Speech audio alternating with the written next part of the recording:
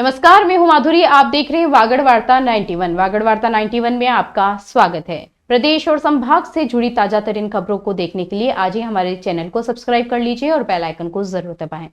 चलिए खबरों का सिलसिला शुरू करने से पहले नजर डालते हैं अब तक की टॉप हेडलाइंस पर।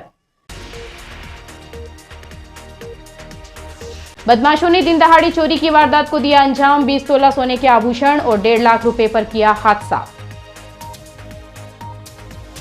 बांसवाड़ा में वन नेशन वन इलेक्शन पर हुई युवा संगोष्ठी, छात्रों ने बढ़ चढ़कर लिया हिस्सा।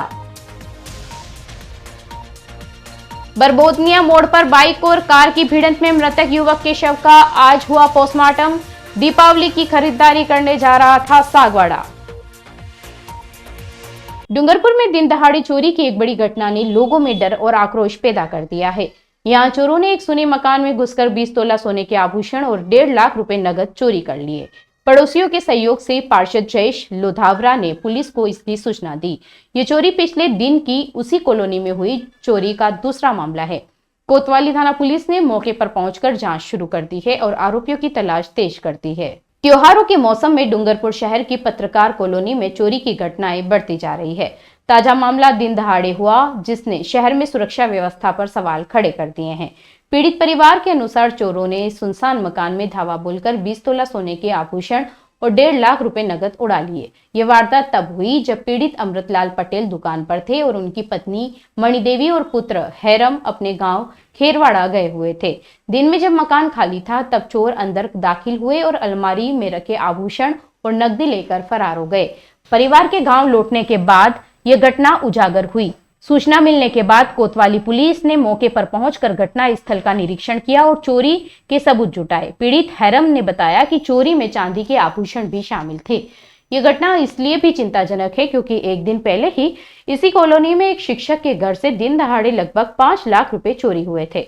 स्थानीय लोग लगातार बढ़ती हुई चोरी की घटनाओं से आक्रोशित है और पुलिस से दोषियों को जल्द पकड़ने की मांग कर रहे हैं।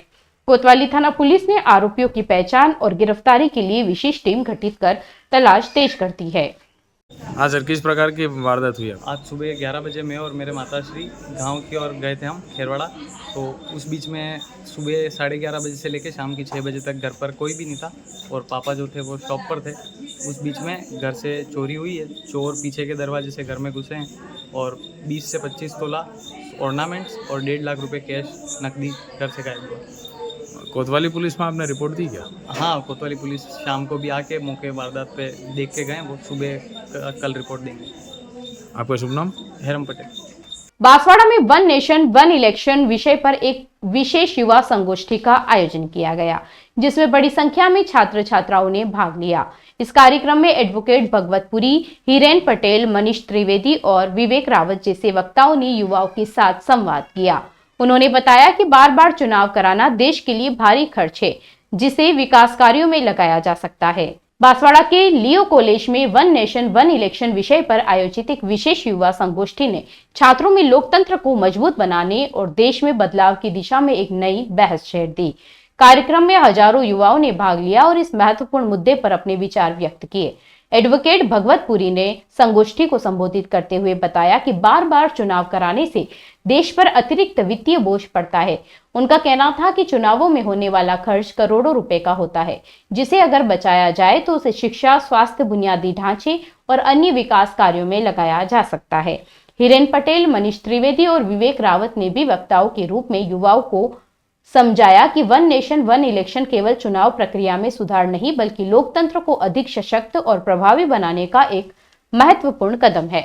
उन्होंने कहा कि यह प्रणाली राजनीतिक स्थिरता को बढ़ाएगी और विकास कार्यों की गति को तेज करेगी। संगोष्ठी में उपस्थित युवाओं ने इस विषय पर गहन विचार विमर्श किया। हमने आज यहाँ पर कॉलेज स्तर के जो विद्यार्थी हैं उनके समक्ष इस राष्ट्र में एक देश एक चुनाव की बढ़ती आवश्यकताओं को विस्तार से यहाँ पर रखा और मुझे लगता है कि इस देश में वन नेशन वन इलेक्शन की जो आवश्यकताएं हैं उसको हमारे युवाओं ने बहुत बखूबी समझा है और आने वाले समय वो अपने परिवारों के साथ, मित्रों के साथ इसको अवेयरनेस भी लाने का प्रयास करेंगे।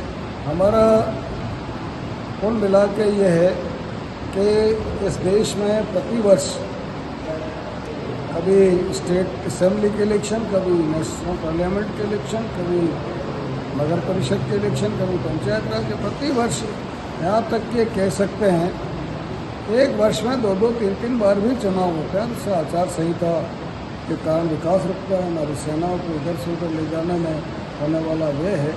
और सबसे बड़ी बात, हमारे जो कार्मिक हैं संपूर्ण देश के, उनका जो एनर्जी है, उनके जो एनर्जी के घंटे हैं, वो इतने घंटे को अगर गुणित करेंगे तो लाखों करोड़ों घंटे एक व्यक्ति के सिर्फ इलेक्शन प्रोसेस को पूरा करने में लगते हैं। और ये बहुत बड़ा राष्ट्र को पीछे ले जाने का कारण है। और इस कारण से हमारे यशस्वी प्रधानमंत्री श्रीमान नरेंद्र जी मोदी ने इस अधिनियम की, संशोधित अधिनियम 139 की, कॉन्स्टिट्यूशन की, उसकी प्रस्तावना की है। और मेरा विश्वास है कि आने वाले समय में जन समर्थन के साथ इस कानून को पारित हो जाएगा और इस देश को इससे बहुत बड़ा लाभ होगा। डूंगरपुर जिले की वर्धा थाना क्षेत्र के बरबोदनिया गांव में मोड़ पर गुरुवार को दोपहर एक कार और एक बाइक की आमने सामने भिड़ंत हो गई, जिसमें बाइक सवार युवक की मौत हो गई, जिसका पोस्टमार्टम आज परिजनों की उपस्थिति में किया गया। वर्धा पुलिस की ओर से कार चालक के खिलाफ मामला दर्ज कर जांच शुरू कर दी गई है। वर्धा थाना क्षेत्र के बरबोदनिया मोड़ पर गुरुवार को एक बाइक और कार की टक्कर में एक युवक की मौत हो गई थी, जिसके बाद आज मृतक के पिता की रिपोर्ट के बाद पोस्टमार्टम की कार्रवाई की गई।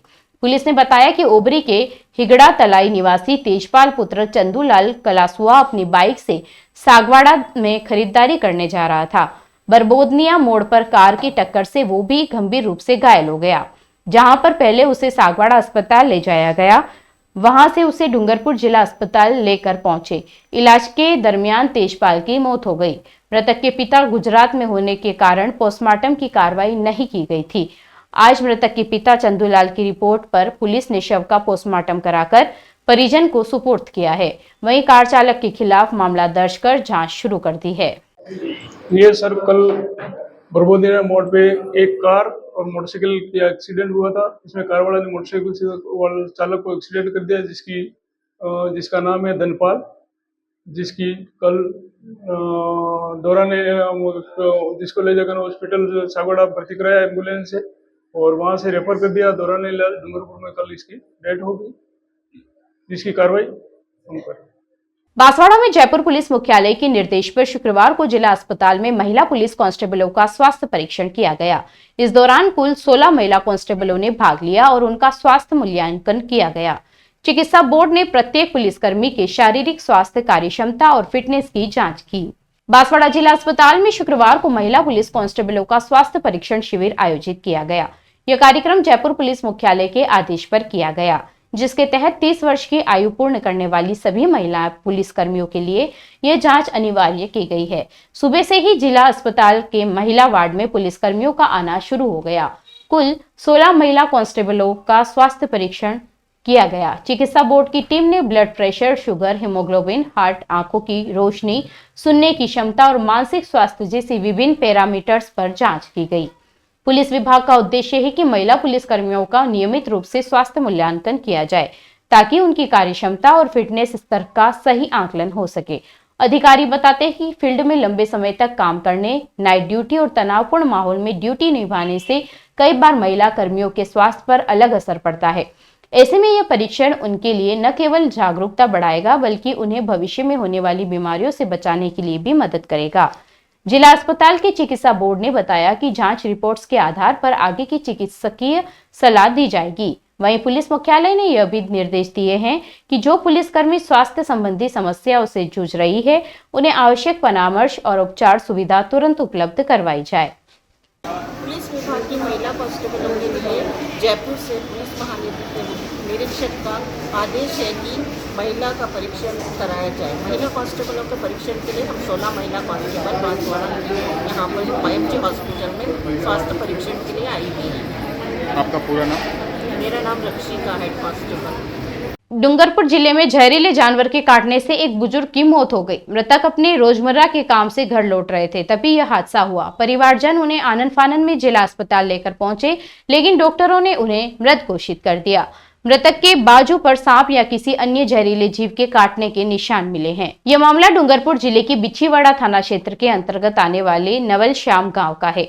गांव के फला बमादरा निवासी 66 वर्षीय हरिराम मनात की जहरीले जीव के काटने से मौत हो गई। मृतक के बेटे अशोक मनात ने पुलिस को सूचना दी और रिपोर्ट में बताया कि गुरुवार शाम को उनके पिता हरिराम मनात रोज की तरह खेतों में गाय भैंसे के लिए चारा काट कर घर लौट रहे थे। इसके बाद वह घर के पास स्थित नवलश्याम पीएससी के पड़ोस में बने एक मकान में दूध की डिलीवरी देने गए थे। डिलीवरी कर लौटते समय अचानक हरिराम को रास्ते में चक्कर आए और वह नीचे गिर गए। पास में गुजर रहे राहगीरों ने यह देखकर चिल्लाना शुरू किया, जिसके बाद परिजन दौड़कर मौके पर पहुंचे। जब परिवारजन उनके पास पहुंचे तो हरिराम मनात ने इशारे से किसी जहरीले जानवर के काटने की बात कही। इसके बाद परिवारजन तुरंत जिला अस्पताल लेकर गए, जहां डॉक्टरों ने उन्हें मृत घोषित कर दिया। जांच के दौरान हरिराम मनात के बाजू पर किसी जहरीले जीव के काटने के गहरे निशान पाए गए हैं। डॉक्टरों और पुलिस ने शुरुआती तौर पर यह आशंका जताई कि यह सांप या किसी अन्य बेहद जहरीले जानवर के काटने का निशान हो सकता है। पुलिस ने इसमें मृतक का पोस्टमार्टम करवाकर शव परिजनों को सौंप दिया है। चलते चलते फिर नजर डालते हैं आज की टॉप हेडलाइंस पर। बदमाशों ने दिन दहाड़ी चोरी की वारदात को दिया अंजाम। 20 तोला सोने के आभूषण और 1.5 लाख रुपए पर किया हादसा। बांसवाड़ा में वन नेशन वन इलेक्शन पर हुई युवा संगोष्ठी, छात्रों ने बढ़ चढ़कर लिया हिस्सा। बरबोदनिया मोड़ पर बाइक और कार की भिड़ंत में मृतक युवक के शव का आज हुआ पोस्टमार्टम। दीपावली की खरीदारी करने जा रहा था सागवाड़ा।